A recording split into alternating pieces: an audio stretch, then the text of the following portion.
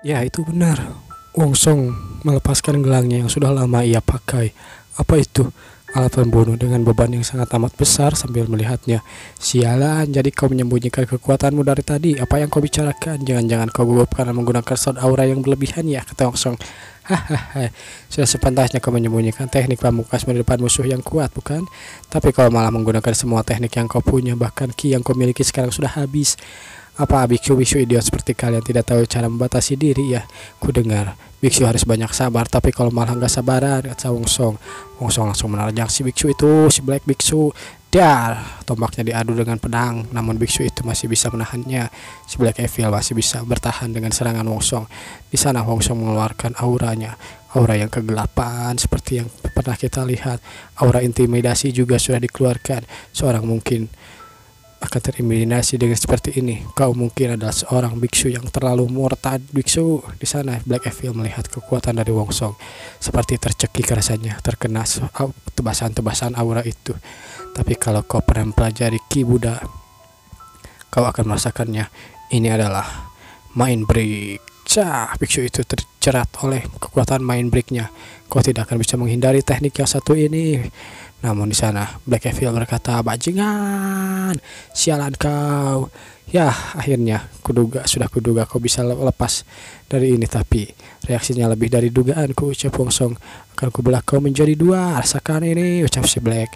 Rasakan bersama dengan ki dari spear yang lemah itu. Rasakan ini. Wong Song bersiap-siap mengeluarkan ki dari tombaknya juga, menebaskan tombaknya ke arah atas. Lalu Wong Song beradu dengan pedangnya. Kentang, apa yang terjadi ketika itu?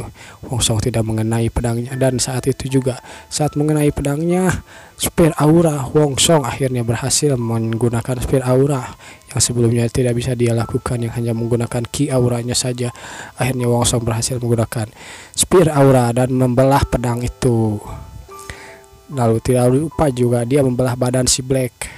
Kecrak, tebas, slash. Beristirahatlah di neraka dengan tenang, biksu palsu. Wong Song berbalik dengan kerennya sambil dia beranjak pergi. Akhirnya si Black bisa dikalahkan. Sementara itu anggota-anggota yang lain masih melawan si Yellow, White, Blue, dan yang lainnya. Selanjutnya adalah Red Evil. Baiklah kalau begitu, Red Evil yang sedang melawan yang perempuan yang sebelumnya bertanya pada Wong Song ya. Si perempuan itu kepayahan melawan si Red Evil. Red Evil akhirnya menjatuhkan perempuan itu. Perempuan itu sudah pasrah. Oke, baiklah, mundurlah, ucap seseorang di sana. Tidak, aku masih bisa, ucap si perempuan itu. Informasi yang diberikan Yellow Evil paling lemah, tapi kenyataannya tidak demikian. Dia sangat kuat banget, anjir, si gendut ini memang benar-benar kuat. Lalu si Yellow langsung berkata, hei kau, kenapa kau mundur dalam pertarungan ini? Apa kau sudah tidak mau main-main denganku? Sekarang, ayolah kita main-main bersama. Sambil mendekati si Yellow, dia menyerang beberapa bagian tubuhnya. Wanita ini hanya bisa menahan dirinya. Orang ini hanya mengincar dada, bokong, dan pahaku saja. Benar-benar hentai. Hentai banget orang ini, anjir. Sementara itu ada beberapa orang yang di belakangnya mencoba untuk menebas si Yellow. Namun di sana si Yellow hanya memukulnya begitu saja. Berani-beraninya kau mengganggu konsentrasiku untuk mengumpulkan energi yin dan yang, ucap si Yellow.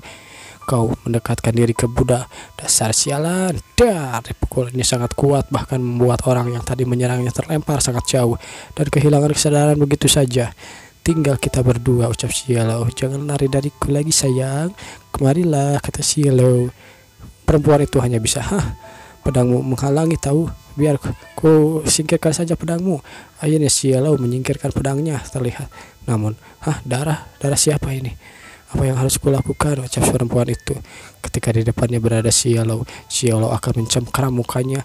Lebih baik aku mati saja daripada jatuh ke dalam si mesum ini, kata si perempuan itu. Namun ketika dia sudah pasrah dengan keadaannya, di belakangnya ada seseorang yang melompat. Bayangan itu menggunakan tombak. Siapa lagi kalau bukan cedar. Sesuatu terjadi. Si Yellow tiba-tiba saja berhenti. Perempuan itu juga bingung kenapa dia berhenti. Rupanya badannya sudah terbelah oleh tombak dari Wong Song, MC kita. Di sana Wong Song terlihat sangat keren yang membuat malu perempuan itu, anjir. Dan lah Wong Song, kelihatannya mereka kesulitan menghadapi biksu-biksu sialan ini, ucap Wong Song. Jika aku menghabiskan waktu lebih dari ini, kelompokku akan menderita lebih banyak dari yang diderita sekarang. Wong Song pergi dengan dingin. Bantu-bantu rekan yang terluka, cepat. Dia memberikan perintah seperti itu kepada rekan yang lain. Kan kau selesaikan misi ini dengan cepat, ucap Wong Song. Sementara itu Wong Song yang pergi ke arah yang lain. Dia melihat si Riang yang sedang bertarung dengan si Blue. Nampaknya Gwenter yang mengalahkan Blue, belum mengalahkan Blue Evil. Pertarungan itu akan memberikan pengalaman dalam medan perang, tetapi Wong Song bersiap-siap dengan tombaknya.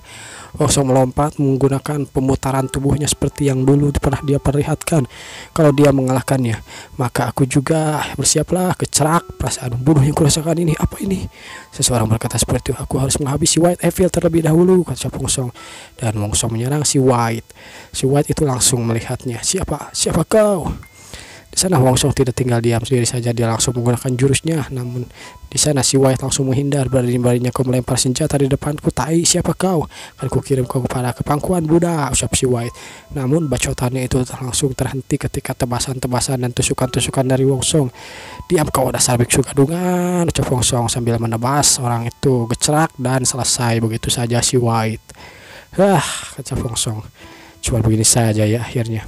Di sana juga si Riang masih melawannya. Akhirnya si Riang pun terlihat masih berdiri sementara si Blue Evil sudah dikalahkan atau sudah terjatuh. Akhirnya Wong Song melihatnya dan bangga pada kemampuan anak buahnya. Akhirnya semuanya selesai. Gunung Sihuan aka 100.000 gunung. Ada dua alasan gunung itu dijuluki 100.000 gunung. Alasan pertama karena total ada 100.000 anggota kelompok Demonic Cult, dan juga gunung ini memiliki 1.000 anak gunung. Dan di setiap anak gunung terdiri dari tertinggi di antaranya disebut dengan Jeksis Choksu, puncak gunung yang dapat menyentuh surga. Di atas Jeksis Choksu cuacanya sangat ekstrim. Di gunung itu diselimuti salju yang sangat tebal dan tidak akan hilang, yang akan menjadikan gunung itu yang paling dingin di antara gunung-gunung yang lain. Seseorang berjalan di antara gunung-gunung itu yang sudah dijelaskan sangat ekstrim. Gunung ini tidak diperuntukkan untuk pendekar-pendekar yang kroco-kroco, hanya mereka yang berada di level ketahanan suhu yang dingin atau panas yang dapat mendaki gunung ini. Dan hanya kurang dari beberapa orang saja 500 Demonic Cult yang sudah bisa mendaki gunung ini. Bahkan tidak banyak orang dari Demonic Cult yang berani menggunung ini. Puncak tertinggi dari The Heavenly Demon, Gunung Choksu. Gunung ini merupakan tempat peristirahatan dewa-dewa, Heavenly Place. Itulah tempatnya. Seseorang itu akhirnya sampai di tempat yang sangat besar. Pintu yang sangat besar terbentang di sana. Kita pun dipindahkan yang sepertinya adalah rumah dari si ketua Heavenly Demon ya. Sang ahli strategi The Cult of the Heavenly Demon, salah satu 10 Demon Master otak dari Heavenly Absolute Demon. Dia membuka pintunya. Dia adalah Sang Guangchuk. Si Guangchuk hanya menengok ke kanan kiri sambil menunggu perintah. Akhirnya seseorang berkata, "Buru asup Asia, hayo ngajadog didinya." Akhirnya dia berencana masuk. Seseorang berkata seperti itu, "Lama tidak bertemu." Guangchuk hanya berjalan saja begitu tanpa mempedulikan mereka. Guangchuk terus berjalan ke depan. Akhirnya dia berhenti di depan sesuatu. Jadi, ahli strategi, apa punya kabar baik untukku? Saya punya kabar yang mendesak, ucap si Guangchuk. Berita mendesak? Apaan tuh? Kau tahu betul kalau aku sangat menghargai kapasitas dan kesetiaanmu. Setelah bertahun-tahun aku mengizinkanmu mengurus semua urusan penting ada dalam kelompok. Dan sekarang kepadaku bahwa kabar yang terdengar mendesak seperti kau bilang, coba jelaskan. Apa kabar mendesak itu, ucap seseorang di sana.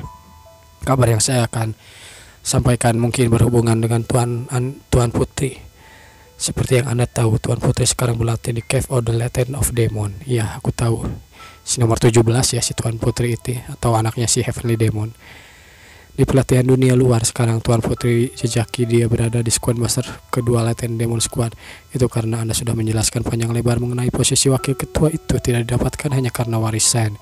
Tapi posisi wakil ketua harus memiliki teknik dan kemampuan di atas rata-rata. Benar sekali. Jadi maksudmu Tuan Putri sekarang dalam bahaya. Apa maksudmu dia dalam bahaya?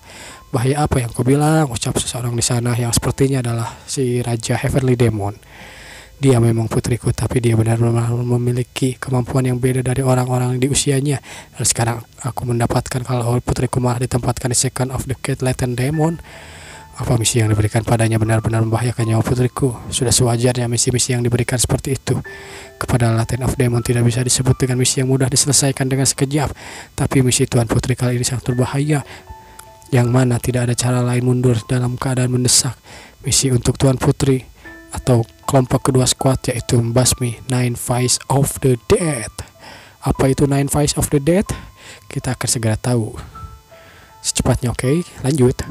Nama itu terdengar familiar, tapi aku tidak mengingat kelompok tersebut dengan jelas. Nama mereka bahkan tidak layak untuk Anda ingat, Tuan. Tapi mereka merupakan 9 murid yang diajar oleh salah satu dari tetua The Vial of Demon of Heaven. Guru mereka elder yang sangat berbahaya, namun nyawanya telah direnggut 8 tahun yang lalu. Kekuatannya bahkan tidak setara dengan kelompok kedua demon pemula itu. Jadi masalah sebenarnya apa yang akhirnya kita diperlihatkan wajah atau muka dari si Heavenly Demon ini dengan jenggot yang rambut yang diikal. Terlihat baik ya Heavenly Demon ini, tidak seperti Heavenly Demon yang kelihatan ganteng namun dingin atau bagaimana. Heavenly Demon ini terlihat seperti manusia biasa, mukanya udah tua, ada keriput, berjenggot, lalu ya begitulah. Apa Anda tahu dengan Blade Order of the Green? Apa itu? Aku cukup mengingatnya, aku yakin aku mengingatnya juga. Itu adalah pendekar yang sangat tangguh. Kalau dia sejajarkan, level mereka sama dengan Great Demon. Bahkan tidak banyak dari anggota kelompok yang mampu menangganinya. Bukankah dia bandit gunung di atas King Hai, ucap si raja atau Heavenly Demon. King Hai berjarak beratus kilometer dari misi yang dikerjakan oleh putriku. Apa maksudmu dia kehilangan beberapa pion-pionnya dan mengunjungi Xianjiang dan menjadikan The Nine Vice Dead sebagai pion barunya? Begitu maksudmu? Anda benar. Jadi di mana putriku sekarang? Kabar terbaru yang saya dengar, putri Anda sekarang berada di sekitar Korla. Apaan tuh Korla? The Blade of Orc dan Green Mountain merupakan pendekar yang sangat kuat. Sambil mengingat, jika kau tidak membawa pasukan yang selevel dengannya, nyawa pasukan tersebut akan melayang begitu saja dengan sia-sia. Tapi tidak mungkin mengirim salah satu dari Nine dan Demonic Master terlebih dari Demonic King untuk menghabisinya, bukan? Banyak konflik internal terjadi di kelompok kita. Mengirim mereka untuk membantu Tuan Putri belum mapan untuk menduduki posisi wakil ketua hanya akan membukakan jalan mereka untuk menyerang Anda, Tuan. Dengan memikirkan hal itu, saya mendapatkan ide. Kelompok ke-1 Demon Squad akan kembali lebih dulu setelah menyelesaikan misinya di luar jadwal. Penarikan yang dipikirkan bisa jadi posisi mereka sekarang melewati Aksun. Maka dari itu, aku percaya akan menginjakkan Korla dalam waktu 4 hari lagi. Kalau dipikir putriku bertahan hidup sampai sekarang muncul, setengah dari Nine Vice Dead telah ditumbangkan dari Blade. Sekarang memburu Tuan Putri sekarang bersama dengan kelompok kedua Latin Demon Squad. Untungnya mereka dapat menjaga jarak dengan Ten Blade Order. Jadi 4 hari menurut saya cukup untuk putri Anda bertahan hidup. Bagaimana dengan itu? Apa rencana ini kau izinkan? Lalu Heavenly Demon berkata, baiklah kalau begitu kau kuizinkan. Perintahkan kelompok pertama Latin Demon Squad untuk bergegas menuju Korla. Ternyata itu adalah misi untuk kelompok pertama. Apa yang terjadi dengan Green Mountain sudah cukup? Ya, Wonsong akhirnya diberikan perintah itu. Sebenarnya bukan menjadi persoalan kita jika Blade Order berhasil atau tidak, dan hanya melakukan tugasnya karena kau yang meminta. Terlihat seseorang sedang berdiskusi untuk, ya sepertinya si Orge itu diperintahkan oleh seseorang ini ya, yang masih belum tahu kita siapa. Tapi ucap seseorang itu, tapi apa? Kenapa ada aura yang sangat mengingati tubuh ini? Apa maksudmu? Jangan khawatir, aku tidak akan melupakan perjanjian kita. Lagian apa susahnya membunuh seorang gadis, kata orang tua ini. Yang lebih penting bukan persoalan benteng atau kesatria, tapi ya pada rajanya. Ya benar kan? Identitas seorang ini selalu saja terbayang-bayang di benakku. Apa maksudmu? Kakek terlihat yang ramah ini merupakan salah satu Ten Demonic Master. Menduduki 3 Master terkuat. Jadi perlihatkan padaku item yang sudah kau janjikan. Apa maksudmu? Dia hanya bersikap sila saja, namun saat dalam sikap silanya itu dia mengeluarkan sesuatu dari jubahnya yang sepertinya itu adalah racun. Itu adalah item yang kau banggakan itu. Kalau begitu, apa kau yakin ini bisa efektif? Ya, aku yakin ini akan efektif. Racun ini, bahkan racun ini adalah yang membunuh Swordbeast Spear Master 10 tahun yang lalu. Ya, akhirnya kita diperlihatkan ya. Jadi kejadian itu ketika gurunya si Wongsong difitnah mengajar teknik demon dan difitnah memiliki buku demonik. Itu kejadiannya sudah 10 tahun yang lalu, sebelum si Wongsong beregresi ke tubuh orang lain. Spearmaster, memang benar kalau dia merupakan pendekar yang kuat di eranya, tapi dia selevel dengan The Cult Leader, bukan? Dengarkan aku, racun ini tidak sama dengan racun yang merenggut nyawa Spearmaster 10 tahun yang lalu silam. Setelah Spearmaster meninggal, aku mengembangkan racun ini selama 10 dekade lebih. Baiklah kalau begitu, sambil melihat racun yang kecil berada di dalam genggamannya, kakek itu pun akhirnya membawa racun itu. Aku menepati perjanjian kita, jadi kuharap kau pun demikian. Jangan khawatir, kau bisa membawaku, ucap si kakek. Jangan khawatir, kau bisa membawaku mengambil posisi cult leader. Dan menepati janji untuk kelompok juga, aku akan menepati janji untukmu. Sambil tertawa, akhirnya mereka pun tertawa bersama. Hahaha. Terlihat bayangan dari seseorang yang sepertinya itu adalah si nomor 17 atau anaknya, putrinya, Heavenly Demon yang sedang kepayahan. Hujan sangat deras, namun ketika pagi caang, beberapa bayangan terlihat melompat dari pohon. Ketua, kemana kita akan pergi sekarang? Kenapa kita harus bergerak ke lokasi selanjutnya selepas menerima pesan itu? Ucap Siriang. Kita akan menuju ke Korla, ucap Wongsong. The Blade of the Green Mountain. Itulah yang akan kita hadapi, kata Wongsong. Tak kusangka akan bertemu dengannya di tempat ini. Ini adalah si nomor 17. Kita seharusnya menghabisi Nine Face of the Dead secepatnya. Tapi siapa sangka kalau ternyata mereka hanyalah pion-pion dari The Blade of the Mountain yang terlalu kuat untuk kami hadapi. Level dia setara dengan Great Demon. Sementara itu, Wunci, larilah. Sambil melihat ke belakang, dia telah mengorbankan beberapa orang rekannya. Kau tidak apa-apa, ketua. Larilah, bertahanlah, kata si nomor 17. Bala bantuan akan segera tiba. Bagaimana dengan kakimu?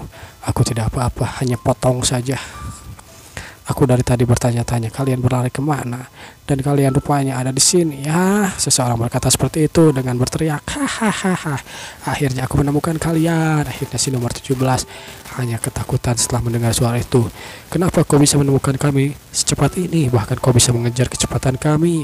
Di sana akhirnya kita lihat si Orge, Nine of the Dead. Itulah julukan kelompok kami. Lihat situasi kalian sekarang.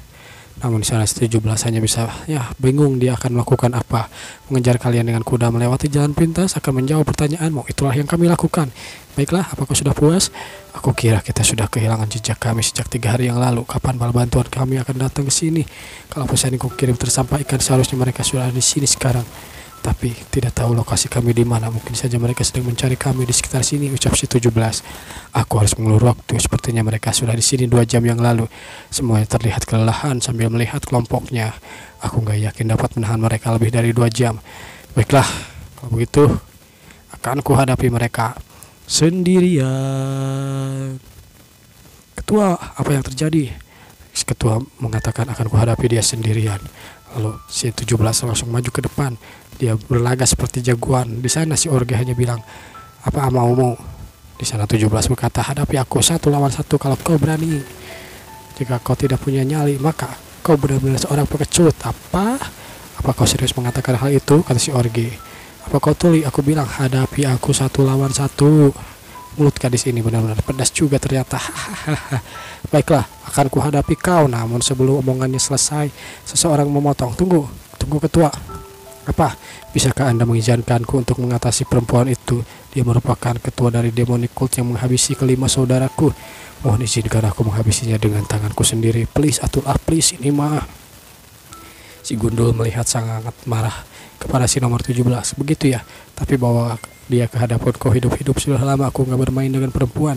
Sepertinya aku harus berhasil memancing mereka, ucap si 17. Baguslah kalau begitu. Sekarang tinggal bagaimana aku mengulur waktu selama mungkin. Pertarungan 17 dan si Gundul pun datang. Si Gundul sudah turun dari tebing. 17 hanya meremehkannya. Dasar, melihat kau kemana kau, sialan. Beraninya kau meremehkanku saat kita sedang bertarung. Rasakan ini. Dadar kecerak. Nomor 17 menghindarinya. Menghadapi satu dari orang ini bukan perkara besar. Tapi 17, aku hanya harus menghindar terus sambil mengulur waktu. Tapi aku harus menahan diri agar tidak membunuhnya. Sialan. Jika aku menghabisinya sekarang, maka si Orge itu akan maju dan kurasa aku akan langsung habis. The Blade Orge akan bertindak. Jika itu terjadi, aku yakin enggak akan cukup waktu untuk aku bertahan, bahkan dalam sejam saja. Tapi di sana si Orge mengetahui sesuatu. Hadapi aku dengan serius, bajingan, ucap si Gundul. Di sana akhirnya saat itu pedang tertancap ke tanah. Seseorang berkata, rupanya hentikan dia. Apa maksudmu, ketua? Apa yang Anda lakukan? Di sana si ketua hanya bilang, minggir, kau bisa mengalahkannya. Apa maksudmu, ketua? Bodoh, apa kau nggak sadar dia sama sekali tidak mengarahkan senjatanya padamu? Dia meremehkanmu. Dia mengulur waktu. Kau tahu, kata si Orge. Di sana si 17 yang kesialan. Sial. Dia cepat sekali sadar, tidak tahu bagaimana aku habiskan banyak tenaga, terlihat dalam kondisi prima. Tak diragukan sama sekali dari mukanya. Cecunguk demonik sepertimu juga berani berpikir untuk mengulur waktu di hadapanku. Akhirnya si ketua pun atau si Orge pun turun ke bawah, mengambil pedangnya dan bersiap menghadapi si 17. Akhirnya jadi seperti ini ya. Aku bahkan tidak bisa mengulur waktu lebih dari ini. The Blade Orge Green Mountain, tak kusangka dia akan sadar cepat itu. Harus bagaimana lagi? Mereka tahu tentang identitasku. Bahkan dia pun berpikir 2 kali untuk menyerang putri dari Moon Cleaving Heavenly Demon, bukan? Vice Leader of the Cult harusnya dipilih berdasarkan kemampuan dari kekuatannya. Tidak, kalau aku ingin diakui, aku harus menggunakan nama keluargaku. Aku harus menyelesaikan masalah sendiri. Aku tidak boleh bergantung pada nama keluargaku, ucap si 17. Akhirnya 17 memejamkan mata. Sementara itu si Orge bersiap-siap. Kau seperti berpikir keras untuk mencari jalan keluar, Bersiaplah, hadapi ini, rasakan ini, sah. Orge pun langsung menebaskan beberapa tebasan yang kecerak dar, ting. Beberapa deh tahan, beberapa terkena. Tanganku mati rasa kalau saja aku menguasai teknik the middle of koneksi. Namun di sana 17 akhirnya membuka matanya ketika melihat si Orge itu secara di depannya melompat dengan cepat. Orge itu langsung mencoba untuk menyerangnya. Namun si 17 menghindar, namun hindarannya tidak sempurna.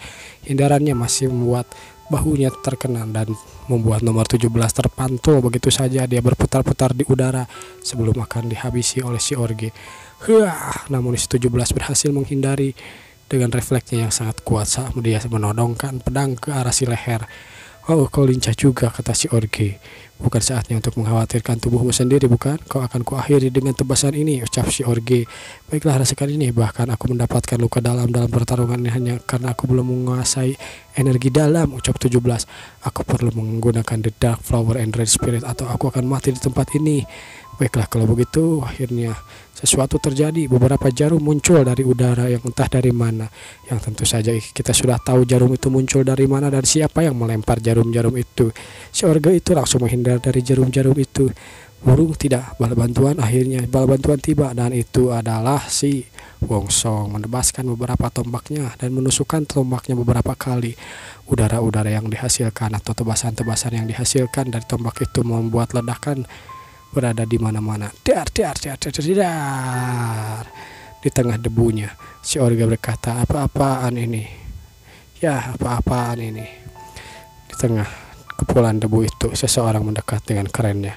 Jadi kau ya, the leader of Orge Green Mountain, ucap si Wongsong. Shape of the turtle head, apa itu tanda 9-ring turtle head of Dao? Jadi begitu, bentuknya berbeda dari yang lain, terlebih dari cincin itu. Kau siapa? Kata si Orge. Kenapa kau menghalangiku? Kata si Orge. Kami adalah kelompok 1 Latent Demon Squad, berteriak. Dan akhirnya para kelompoknya pun datang bergegas menuju ke bawah tebing dan lindungi bawa ke squad demon kelompok kedua Demon Squad. Baik ketua. Akhirnya kelompoknya pun sudah datang, ada di sana bersiap-siap untuk menghadapi Wongsong.